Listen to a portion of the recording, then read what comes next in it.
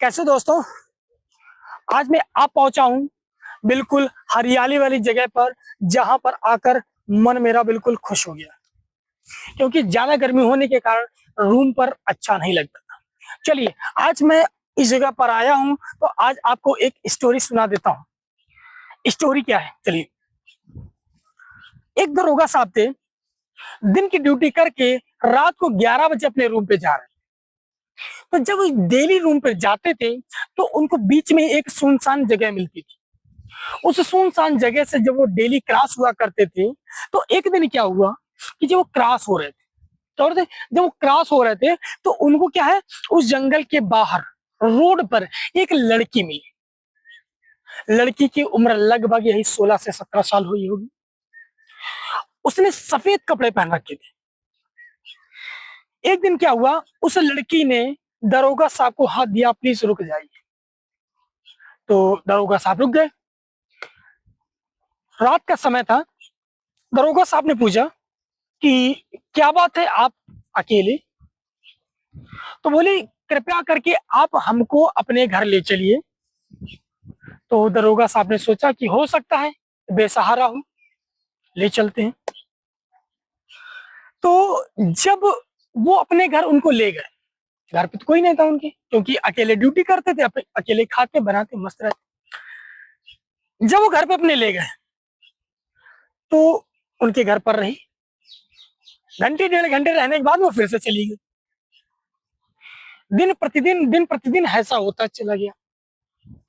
एक बार क्या हुआ कि जब डे बाय डे यही कंडीशन चलती रही, तो दरोगा साहब का जो पूरा शरीर था पीला पड़ने लगा था, कमजोरियों के कारण। अब आप समझ सकते हो क्या कमजोरी रही होगी।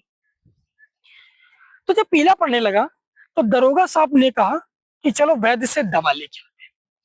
तो वैद्य के पास पहुंचे, तो उन्होंने वैद्य को अपना हाथ दिखाया। तो वैद्य ने नाड़ी पकड़कर देखा, तो उन्होंने कहा कि कमजोरी आ गई है। क्या आ गई? कमजोरी आ गई है। हमें लग रहा आप संभोग ज्यादा करते हो। तो बोले, नहीं साहब, ऐसा तो नहीं, हम संभोग करते हैं। तो बोले, ये पीलापन आ गई जरा पहले, शरीर में ही पीलापन कैसे आया? बोले, हो सकता है कमजोरी का कारण। एक काम करिए वैद्य साहब, आप हमको कुछ दवा दे दीजिए, ताकत के कैप्सूल वगैरह सब दे दीजिए, जड़ी बूटी। तो वैद्य साहब ने सोचा कि ताकत की अगर इसको दवा दे देंगे, तो इसका इलाज तो सही नहीं होगा। तो उन्होंने सोचा कि कुछ ना काम करते। उन्होंने क्या किया, एक गीता, कुरान जो भी है, उसका एक पेज फाड़ा। पेज फाड़ने के बाद में उसमें उन्होंने जो भी देना दे दिया, लपेट के उनको एक पुड़िया दे दी। पुड़िया जब दी, तो बोले जिम में रख लेना। तो उन्होंने क्या किया, जिम में रख लिया दरोगा साहब ने। बोले ठीक है। जब वो अपने घर पहुंचे, क्योंकि शरीर ज्यादा बीमारी के कारण वो ड्यूटी ना गए। जब वो अपने घर पहुंचे, तो उन्होंने देखा कि दरवाजा दरवाजा बंद करो, तो बस सो जाओ, आराम कर लो। जब वो सोने गए, आराम कर रहे थे, तो वो लड़की फिर उनके पास आ गई। तो उन्होंने पूछा कि तुम आई कहां से, दरवाजा तो बंद था। तो उसने बताया, हम विंडो यानी खिड़की से आए। तो बड़े सचेत हुए, अरे बाप रे बाप, दरवाजा बंद था, खिड़की से कैसे आ सकते? तो उसने कहा,